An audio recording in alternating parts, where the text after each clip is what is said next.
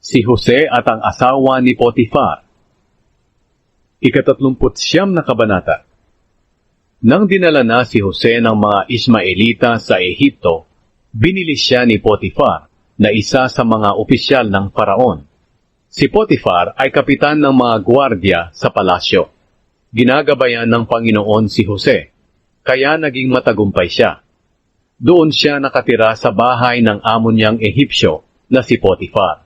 Nakita ni Potifar na ginagabayan ng Panginoon si Jose at pinagpapala sa lahat ng ginagawa niya. Kaya't panatag ang kalooban niya kay Jose. Ginawa niya ito na sarili niyang alipin at tagapamahala ng kanyang sambahayan at ng lahat ng kanyang ari-arian. Mula ng panahong si Jose ang namamahala, binasbasan ng Panginoon ang sambahayan ni Potifar na Ehipsyo at ang lahat ng ari-arian niya sa kanyang bahay at bukirin. Ginawa ito ng Panginoon dahil kay Jose. Ipinagkatiwala ni Potifar ang lahat kay Jose at wala na siyang ibang iniintindi maliban na lang sa pagpili ng kakainin niya. Gwapo si Jose at matipuno ang katawan. Hindi nagtagal, nagkagusto sa kanya ang asawa ng kanyang amo. Inakit niya si Jose para sumiping sa kanya. Pero tumanggi si Jose. Sinabi niya sa babae, "Pakinggan niyo po ako. Ipinagkatiwala po sa akin ng amo ko ang lahat ng kanyang ari-arian. Kaya hindi na po siya nag-aalala sa mga gamit dito sa kanyang sambahayan. Wala na pong hihigit sa akin sa sambahayang ito. Ipinagkatiwala niya sa akin ang lahat, maliban lang sa inyo dahil asawa niya kayo. Kaya hindi ko po magagawang pagtaksila ng amo ko at magkasala sa Diyos." Kahit araw-araw ang pang-aakit ng babae kay Jose na sumiping sa kanya, hindi pa rin siya pumayag. Isang araw, pumasok si Jose sa bahay para magtrabaho. Nagkataon na wala kahit isang alipin sa loob ng bahay. Hinawakan siya sa damit ng asawa ng amo niya at sinabi, "Sipingan mo ako." Pero tumakbong palabas ng bahay si Jose at naiwan ang balabal niya na hawak ng babae.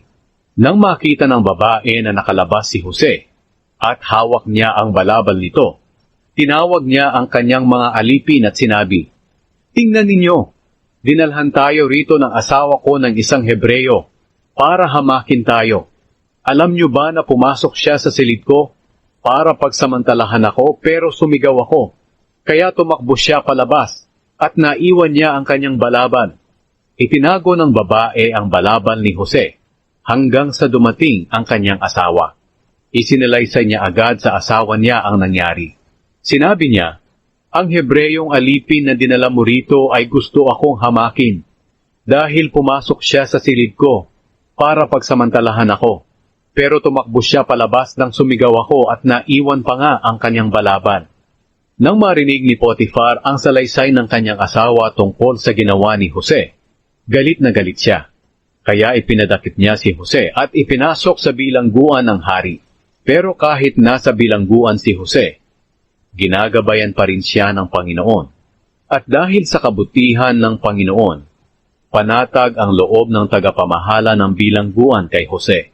Kaya ipinagkatiwala niya kay Jose ang pamamahala sa lahat ng bilanggo at ang lahat ng gawain sa bilangguan.